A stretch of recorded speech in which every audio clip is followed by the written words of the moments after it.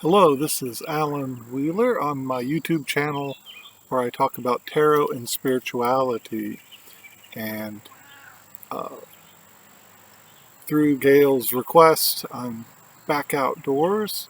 I was going to make separate videos on Christian approach to the Hierophant and a pagan approach to the Hierophant, but I think I've decided to gather the Pope, High Priest, Hierophant cards from a variety of decks and try out the Coexist theory and see if they can all get along for just one video. And so we will start with the Marseille Lepet. I'm not sure how to pronounce that, but the Pope from Tarot de Marseille. And this is the Conver version and reproduced in the CBD Marseille by US Games. So it's a remake of an old card here and goes back to some of the oldest decks where the Catholic Pope is featured. So he's got the triple crown on his head here, and so I've seen that interpreted as the Trinity. I've seen that interpreted as Earth, God's representative on Earth, three tiers of Earth somehow. The staff also has the three of the Trinity there.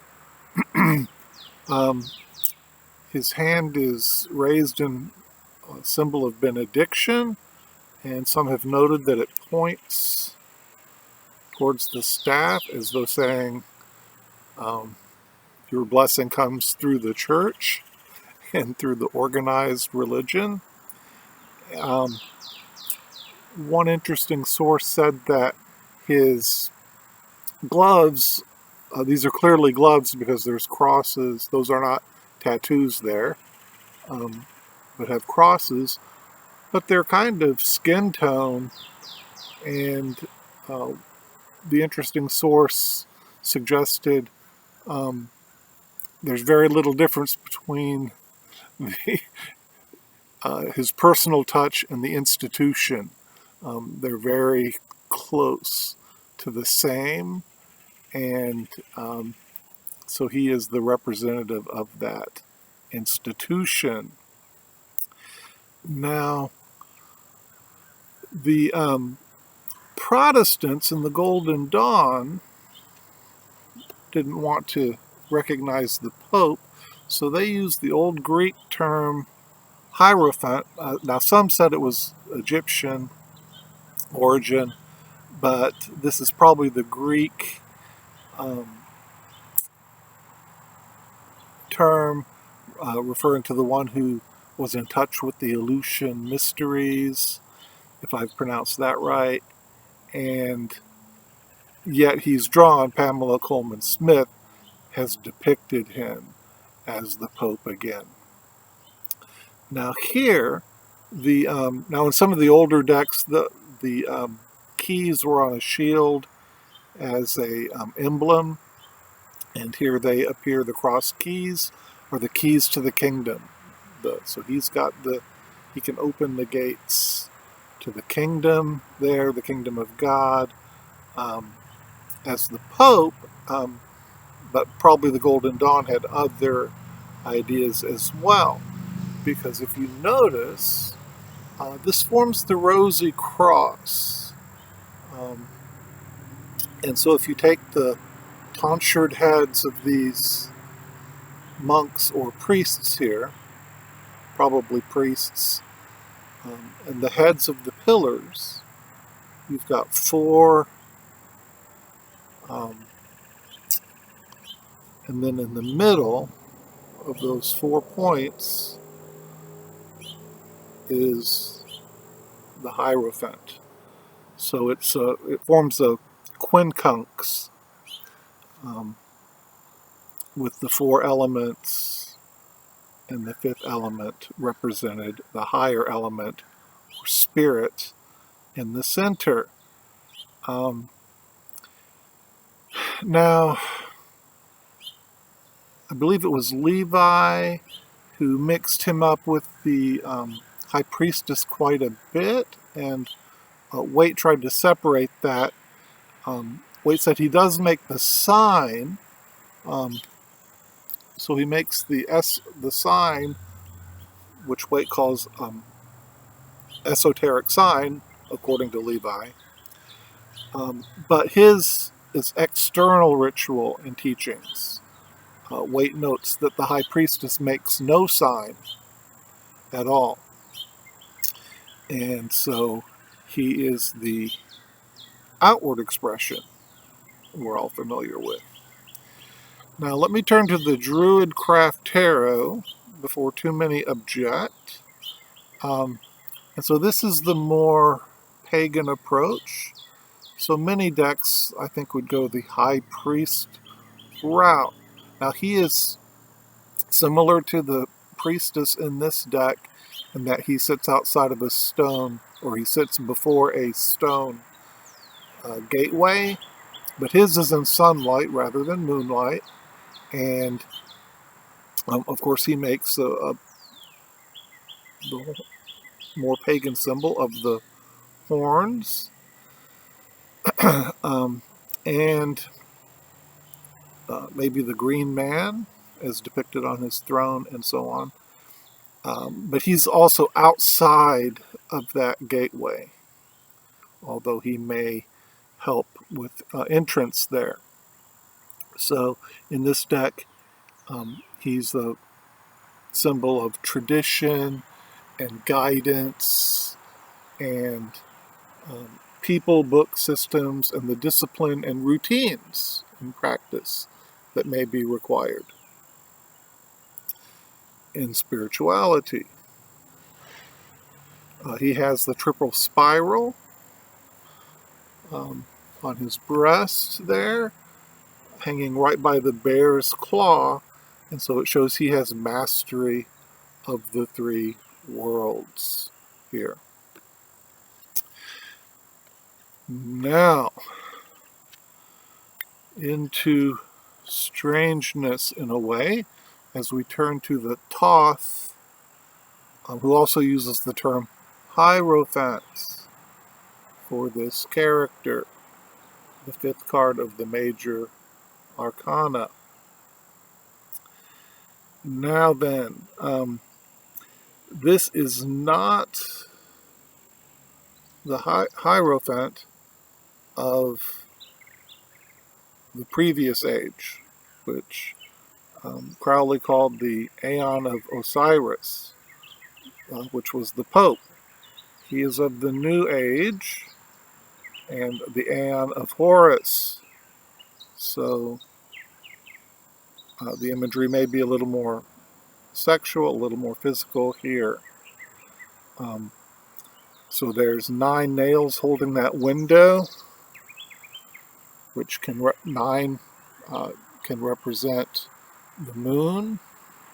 So that's more feminine there. And then you have that rose behind him, which Crowley refers to the serpent and the dove, and how these represent love and love. And that can include physical love, I think, and kind of in the initiatory idea. So just not to go too much into that, but just that he's a new level, a different kind of Hierophant here. He's called Magus of the Eternal. Some of the things that reflect this, he's got the pentagram here, but there's the child dancing inside.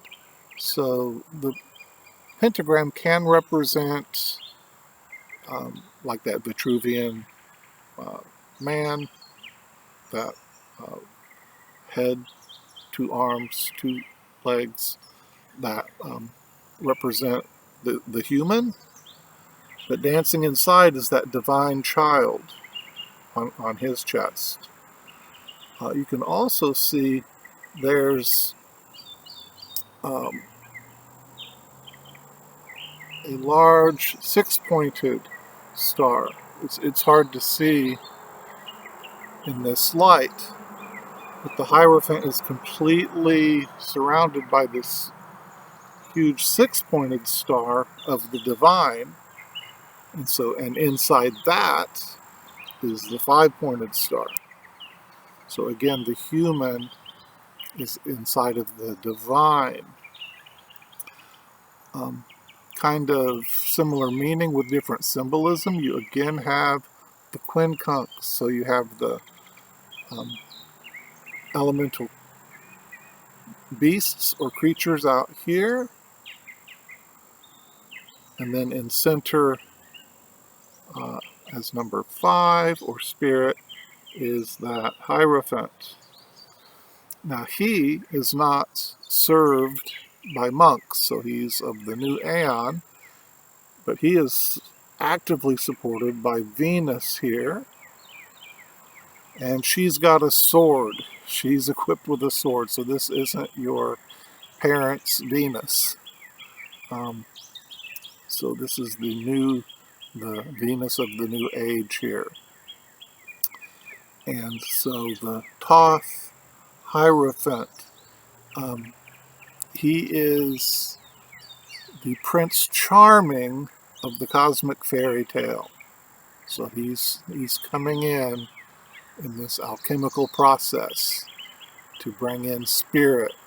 And you can read about that, how he connects on the Tree of Life there. So the last card I want to show is from Tarot of Dreams, and he is called Faith in this card, and I shouldn't even say he, because the artist has tried to make this the possibilities here of any gender, almost any age category, although older maybe. Could be various ethnicities, and most importantly, the symbols of many different faiths displayed here. So there's the Buddhist wheel, and so on. The pentagram, the yin and yang, the cross, the Om symbol, a Muslim symbol, and so on.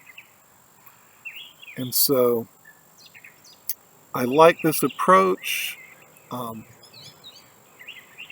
It suggests coexisting. It suggests an all-inclusive spirituality.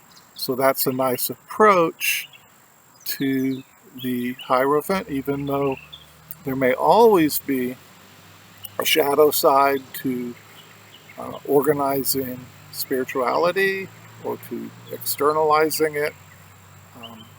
But this seems a good approach to me. I want to end with to answer the question, why 5? As the sun comes streaming down here on my video. I want to end here, and I don't know if I'll have to remake this or not. I hope not. But why 5? So we can think of 4 plus 1, and maybe I'll turn, maybe that's better here.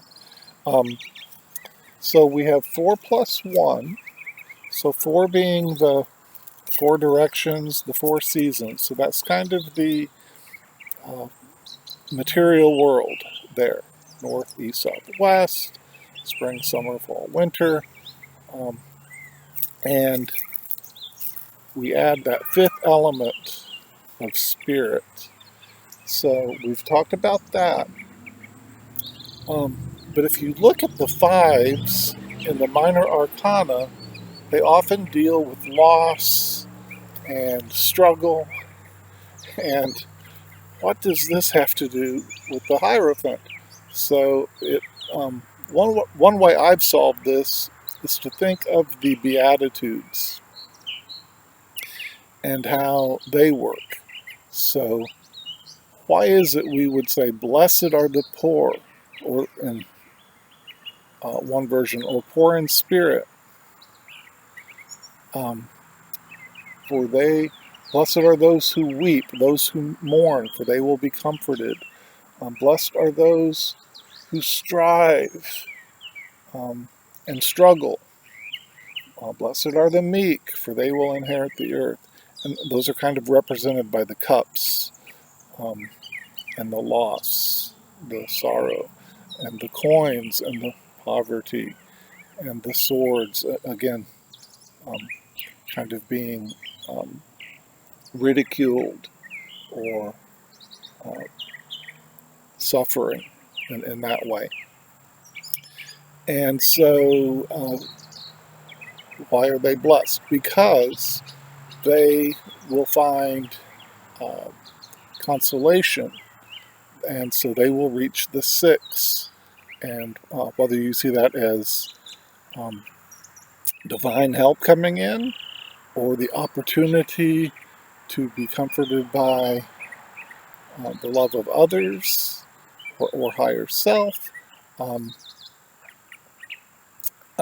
there's food for thought there, and that may not be taking a vow of poverty or fasting in the old sense, but there may be another sense in which, as the Buddhists say, to put aside the lower desires, to attain the higher desire.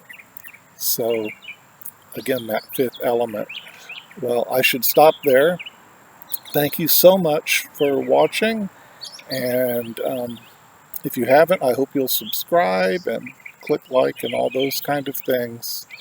And take care. As always, I hope you find a connection with people in your life, with online community, and on your spiritual path, whatever that may be. Take care.